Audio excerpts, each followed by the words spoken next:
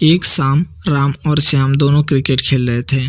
तभी राम के मन में एक आइडिया आया। उसने श्याम से कहा, श्याम भाई चलो हम एक शर्त लगाते हैं। जो हम में से इस गेंद को ज़्यादा दूर तक फेंकेगा वो शर्त जीत जाएगा। श्याम शर्त के लिए मान गया। राम ने गेंद ली और सोचने लगा कि अगर मैं फिजिक्स का प्रयोग करके इस गेंद को फेंकूं तो मैं शर्त जीत जाऊंगा।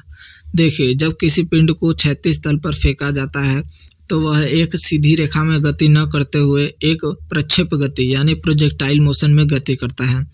इस प्रोजेक्टाइल में किसी कण द्वारा प्राप्त की गई दूरी का फॉर्मूला r=u² sin 2θ/g होता है। राम ने इस फॉर्मूले का प्रयोग करके यह पता किया कि साइन का अधिकतम मान 1 होता है और अगर हमें अधिकतम दूरी प्राप्त करनी है तो हमें sin 2θ का मान 1 रखना होगा, यानी sin 2θ sin 90 डिग्री, जिससे थीटा का मान 45 अंश प्राप्त होता है। राम ने गेंद को 45 डिग्री पर फेंका और उसकी गेंद 30 मीटर दूर जाकर गिरी।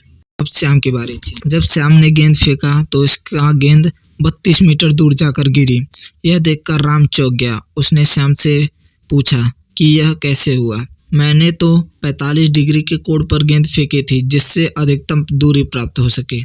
तब श्याम ने उसे बताया कि तुमने फिजिक्स के प्रोजेक्टाइल मोशन के फॉर्मूले का यूज़ तो किया, पर तुम ये भूल गए कि जब तुमने फॉर्मूले का यूज़ किया तो तुम 36 डिग्री से कुछ ऊंचाई पर खड़े थे।